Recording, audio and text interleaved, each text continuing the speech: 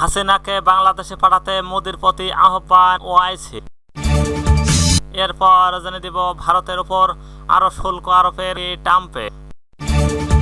আরো যা থাকছে, মাদুরোর আগে যে দেশ থেকে ধরেছিল যুক্তরাষ্ট্র। সর্বশেষ নাইজেরিয়ায় বাজারে বন্দুক হামলায় নিহত। এতক্ষণ শুনলেন সংবাদ শিরোনাম। এবার হাসিনাকে বাংলাদেশে পাঠাতে মোদির প্রতি আহ্বান ওআইসি। ভারতীয় মুসলিম রাজনীতি এবং অল ইন্ডিয়া মুসলিম ইত্তেহাদুল নেতা আসাদুদ্দিন ওয়াইসি বলছেন, বোন শেখ হাসিনা বসে আছে, তাকে বাংলাদেশে ফেরত পাঠানো হোক। হিন্দুত্ববাদী সংগঠনগুলোর চাপে এবছর আইপিএল খেলতে পারবেন না pacer Mustafizur Rahman. Kolkata Knight Riders ও নিলামে কিনলেও তাকে বাদ দিয়েছিল দল।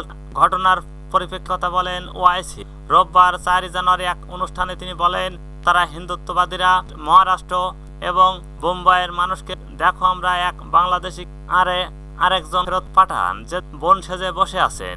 আপনারা কি চান না তাকে বাংলাদেশে ফেরত পাঠানো হোক? তাহলে স্লোগান তুলো, নারায়ে তাকবীর, আল্লাহু আকবার। তিনি বলেন, মোদি যে আওয়াজ আসছে তাকে ধরুন, বের করে বাংলাদেশে ফেরত পাঠান। জলগাঁওয়ে এক হত্যার কথা তুলে ধরেন ওআইসি। তিনি বলেন, জলগাঁওয়ের সন্তানকে হত্যা করা হয়েছে, তাকে যেন আপনারা ক্ষুব্ধ হন না। ভারতের উপর আরো শুল্ক আরোপের ট্রাম্পে। রুশ কেনা ও অব্যাহত রাখলে ভারতে নতুন শুল্ক আরোপের হচ্ছেন মার্কিন প্রেসিডেন্ট ডোনাল্ড ট্রাম্প। তিনি নয়াদিল্লি রাশিয়ার তেল আমদানি কিনা চাইলে বাড়তি শুল্ক আরোপ করবে ওয়াশিংটন। খবর এনে সময় রোববার 4 জানুয়ারি এয়ারফোর্স ওয়ানে আলাপকালে ট্রাম্প এই কথা বলেন। মার্কিন প্রেসিডেন্ট বলেন, ভারত যদি রাশিয়াকে সাহায্য না করে তবে আমরা তাদের শুল্ক আরো বাড়িয়ে দেব। ট্রাম্পের দাবি জানতে তিনি ট্রাম্প খুশি নন এবং নয়াদিল্লি তাকে তিনি দাবি করেন, ভারত ঈদে রাশিয়া তেল কেনা অনেকটা কমিয়ে। মাদুরোর আগে জেপকে দেশ ছিল যুক্তরাষ্ট্র। সময় শুক্রবার মধ্যরাতের পর দক্ষিণ আমেরিকার ভেনেজুয়েলায় ব্যাপক হামলা চালিয়ে নিকোলাস ও মাদুরোকে আটক করে নিয়ে যায় যুক্তরাষ্ট্র।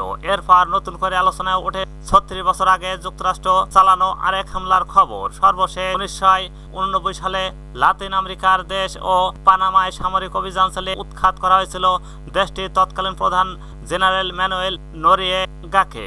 তবে সেই অভিযানের পর নিকোলাস ও মাদুরোর মতোই ম্যানুয়েল নোরিয়েগাকেও তুলে গিয়েছিল যুক্তরাষ্ট্র। সেই হামলার আগে নোরিয়েগার বিরুদ্ধে যে ধরনের অভিযোগ আনা হয়েছিল, এবার মাদুরোর একই ধরনের আনা হয়েছে। দুটি অভিযানের মধ্যে এতটা মিলের কারণে পানামার অভিযান এখনো। নাইজেরিয়ায় বাজারে বন্দুক হামলায় নিহত। নাইজেরিয়ার রাজ্যের একটি বাজারে বন্দুকধারীর ভয়াবহ হামলায় অন্তত 30 জন নিহত হয়েছেন। খবর CNN। গত শনিবার 3 জানুয়ারি বেলে রাজ্যর ডেমো ও গ্রামের কাসওয়ান ও দাজি বাজারে এ নৃশংস হামলার ঘটনার মুখপাত্র ওয়াসিউ আবিউদ্দিন রোববার 4 জানুয়ারি জানেন, ডাকাত হিসেবে 4:30 বাজারে গুলি করে। তারা বাজারের বিতলে আগুন এবং প্রচুর পরিমাণ খাদ্য নিয়ে যায়। বেশি মানুষ প্রাণ হারানোর পাশাপাশি অপহরণ করে, যাদের উপরে বর্তমান অভিযান চলছে।